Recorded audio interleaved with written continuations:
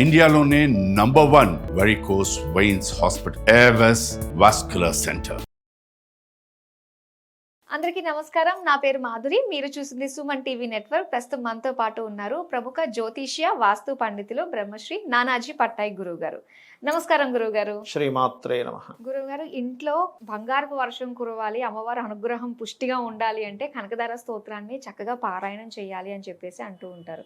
అయితే నీకు ఏమీ లేకపోతే చేసే పారాయణంలోనే నీకు ఆ కాసుల వర్షం కురిసే అవకాశం ఉందని కూడా కొంతమంది చెప్తూ ఉంటారు.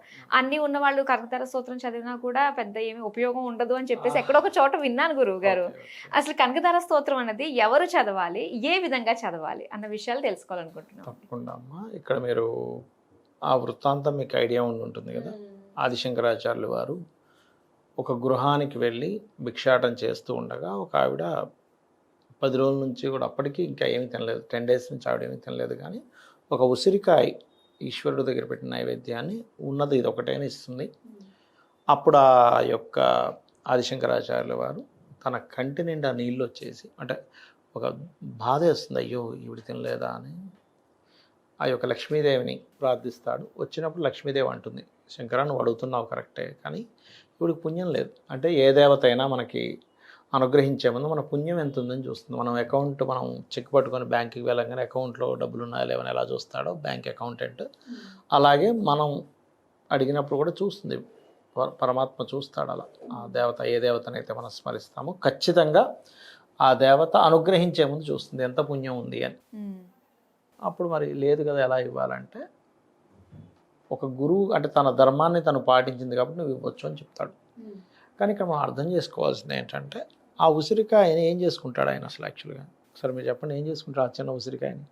మరి ఎందుకు ఇచ్చాడు ఆయన అంతటి కరుణ? ఎందుకు ఇచ్చాడంటే, ఎప్పుడు కూడా గురువులు కానివ్వండి, పరమాత్మ సాక్షాత్ శంకర స్వరూపం కరుణ ఇస్తే ఇచ్చేస్తారు. ఎప్పుడు కరుణ జరుగుతుంది అంటే మనం ధర్మంగా ఉన్నప్పుడే ఆ కరుణ అనేది జరుగుతుంది.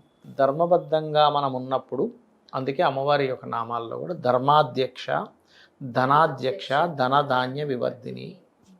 అంటే ధర్మానికి ఆవిడ అధ్యక్షురాలు, ధనానికి ఆవిడ అధ్యక్షురాలు. చాలామంది తుచ్చమైన ధనం అంటారు. మరి తుచ్చమైన ధనం అయితే ఆవిడ అధ్యక్షురాలు ఎందుకు ఉంటుంది ఆ ధనానికి?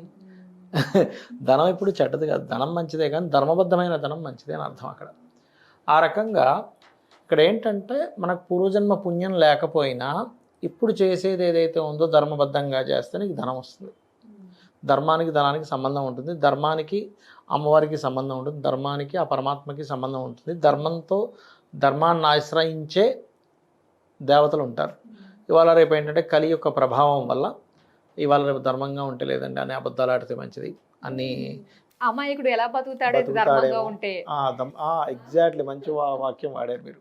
అమాయకుడు ఎలా బతుకుతాడు ధర్మంగా? ధర్మంగా ఉంటే బతకలేడు అనుకుంటే తప్పండి అది. నన్ను అడిగితే ఇంకా ఫ్యూచర్లో ధర్మబద్ధుల కోసం జనాలు వెతుకుతుంటారు, ఎవడైనా ఉన్నాడా మంచివాడని. అది తగ్గిపోతుంది కదా. ఇప్పుడు ఒరిజినల్గా ఒక పీస్, మీరు ఏదైనా ఒక వస్తువు ఇది ఒరిజినల్ అంటే అన్న దానికి డిమాండ్ ఎక్కువ ఉందా, డూప్లికేట్ దానికి ఎక్కువ డిమాండ్ ఉంటుంది? ఒరిజినల్కే ఉంటుంది. అలా ఏంటంటే నా ఉద్దేశం, ఏదో 4 మనుషులు బాగాలేరు కదా అని చెప్పి మొత్తం అలాగే ఉంది సొసైటీ అనుకుంటే తప్పు. అయితే ఈ కనకదార స్తోత్రాన్ని పఠించేటప్పుడు, కనకదార స్తోత్రం అనే కాదు, మీరు ఏది పఠించేటప్పుడైనా మీ మనసుతో చేస్తున్న ఫీలింగ్ మీకు రావాలి. మీ మనసుని పెట్టి చేస్తున్న ఫీలింగ్ మీకు రాకపోతే అది మీకు కనెక్ట్ అవ్వదు. అసలు ఏదో నోటితో అంటూ ఉంటారు. మీకు ఎందుకు, మీరు అంత దాకా ఎందుకు, దేవత దాకా ఎందుకు? మీకు కొంతమంది స్నేహితులు ఉంటారు, ఎవరైనా మీరు పలానా అమ్మాయి గురించి ఎప్పుడైనా అనుకోగానే వెంటనే వాళ్ళు ఫోన్ చేస్తారు, ఏంటో ఇప్పుడే నీ గురించి అనుకున్నా అంట. మరి ఎలా జరుగుతుంది అది?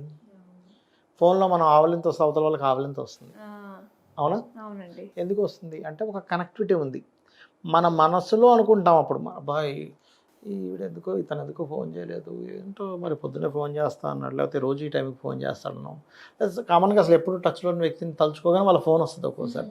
అంటే ఏమిటి, మన మనసులో తలుచుకుంటే ఈ ప్రకృతిలో ఉన్న ఏదైనా సరే కనెక్ట్ అవుతున్నందుకు ఆ కనకదార స్తోత్రం కానివ్వండి, ఏ స్తోత్రాలైనా మీరు మానసికంగా దాన్ని ఎంతో అంటే ఎంజాయ్ చేస్తూ మీరు చేయగలిగితే, అప్పుడు మీరు కనకదార స్తోత్రం చదివితే నిజంగా ఆ రోజు అలా అమ్మవారు కురిపించినట్టుగా ఈ కలియుగ ప్రామాణికాల పరంగా ఇంకో రకంగా మనకు వస్తుంది.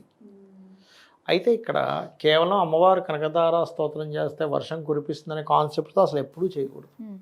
అది ఎలా ఉంటుందంటే, ఒక పిల్లవాడిని తల్లి వీడు పెద్ద అయితే నన్ను ఏదో పోషిస్తాడు అనే కాన్సెప్ట్లో వాడికి అన్నం పెట్టినట్టు, వాడికి స్నానం చేసినట్టు ఉంటుంది. వాడిని వాడిగా ప్రేమిస్తుంది తల్లి. వాడు ఎలా ఉన్నా నల్లగా, తెల్లగా, పొట్టిగా, పొడవుగా, ముక్కు కారుతున్నా, ఎలా ఉన్నా సరే వాడిని ఎత్తుకుంటుంది. వాడు నా బిడ్డ అని ఎలా యాక్సెప్ట్ చేస్తుందో నా అమ్మవారు, నేను అమ్మవారి చేస్తాను, అమ్మవారు అంటే నాకు చాలా ఇష్టం. ఆ ఇష్టత అనేది లోపల నుంచి రావాలి. అలా రాకుండా మీరు ఎన్ని కనకదార స్తోత్రాలు చదివినా రాదు. ఎందుకు చాలామందికి ఫలితం రాదంటే ఇక్కడ 2 కారణాలు. ఒకటి, వాళ్ళకి పూర్వజన్మ కర్మ ఇంకా ఏదో మిగిలిపోయింది, అది అయిపోయే వరకు కూడా వీళ్ళకి మారదు. దాని జ్యోతిష్ శాస్త్రంలో దశ అంటారు. నీ దశ మారింది అంటూ ఉంటాం.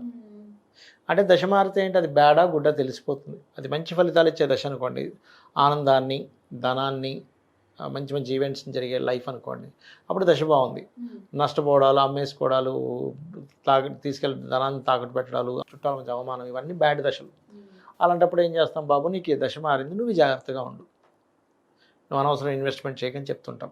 అలా ఏంటంటే నిత్య దేవతారాధన చేసేవారికి, నిత్యము కనకదార స్తోత్రం పఠించేటువంటి వారికి, మీకు కొంతమందికి రాదు, ఏమంటే ఆ నోరు తిరగట్లేదండి, అంగం హరే ఇదేంటి అసలు నాకు రావట్లేదు అంటూ ఉంటారు. నేనేమంటానంటే మీకు నోరు తిరగనంతసేపు మీరు ఎవరి దగ్గర గురువుగారి దగ్గర నేర్చుకోవచ్చు, లేదా యూట్యూబ్లో పెట్టుకొని, చాలా ఉంది యూట్యూబ్లో ఇన్ఫర్మేషన్.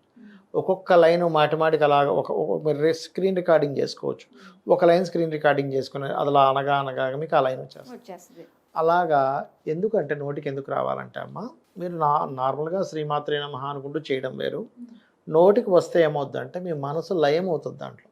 నోటికి రావట్లేదు, పుస్తకం పట్టుకొని చదువుతున్నాం, స్టార్టింగ్లో ఎవరైనా అలాగే చదువుతారు, అదేం పెద్ద దోషమేం కాదు. మీకు ఏమవుద్ది, ఇది అక్షర దోషం ఉందా లేదా, ఇది ఎలా ఉంది, దీని మీదకి వెళ్ళిపోద్ది కాన్సన్ట్రేషన్, మనసు కనెక్ట్ అవ్వడానికి ఛాన్సెస్ తక్కువ ఉంటుంది. కాబట్టి నోటికి రావాలి ఏ శ్లోకమైనా కూడా. ఆ రకంగా ఈ కనకదార స్తోత్రం చేసేటప్పుడు ఇందులో రకరకాలుగా చేస్తారు. కుంకుమ వేస్తూ చేస్తారు, కమలం పువ్వులు వేస్తూ చేస్తారు, ఇంకొంతమంది ఎర్రటి పుష్పాలను ప్రిఫర్ చేస్తారు, మందార పువ్వులు, గులాబీ పువ్వులు, వీటిని ప్రిఫర్ చేస్తూ ఉంటారు. అయితే ఇక్కడ చాలామందికి ఏంటంటే ఏమంటే పటం పెట్టుకొని చేయాలా, లేకపోతే శ్రీచక్రాన్ని పెట్టుకొని చేయాలా అంటే, మీకు శ్రీచక్ర ఆరాధన కనుక మీకు తెలిసి ఉంటే శ్రీచక్రం పెట్టుకొని చేయొచ్చు, తప్పేం లేదు.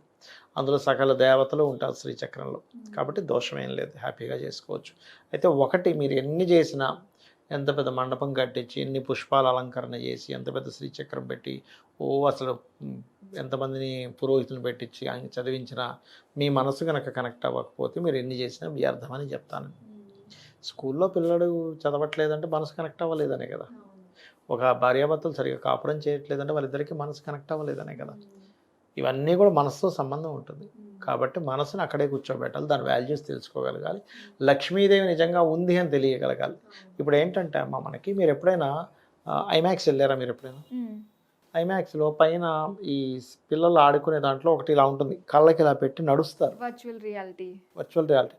మనకి నిజంగా అక్కడ ఏదో వేరే దానికి ఇక్కడికి వెళ్ళిపోయాం, పడిపోతుంటాం ఇలాగా.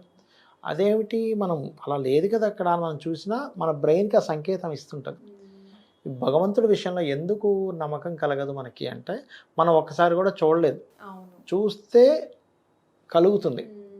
మనం ఒక్కసారి కూడా ఆవిడ శబ్దాన్ని అక్కడ వినలేదు, కానీ దీనికి కూడా ఒక లెక్క ఉంది, ఆ లీల చూడడానికి ఒక లెక్క ఉంది. దాని మీద మనం ఇంకో వీడియో చేద్దాం, చెప్తాను అది ఎలాగా అనేటువంటిది. తప్పకుండా అండి. కానీ ఇక్కడ నేను అనేది ఏంటంటే, మీరు మనసు పెట్టి కనుక చేశారా, ఖచ్చితంగా ఆ యొక్క శంకరాచార్యుల వాళ్ళ శ్లోకం చదివినప్పుడు ఎలా అయితే బంగారు ఉసిరికాయలు మనకి ఆకాశం నుంచి పడ్డాయో ఖచ్చితంగా పడతాయి. కాకపోతే మీకు ఆ నమ్మకం ఉండాలి, ఎక్కడి నుంచి పడతాయి, ఆకాశంలో ఏమి లేవు కదా అంటే కాదు, నమ్మకం. నమ్మకం. చాలా చక్కగా తెలియజేసినందుకు ధన్యవాదాలు గురువు. శ్రీమాత్రే నమః.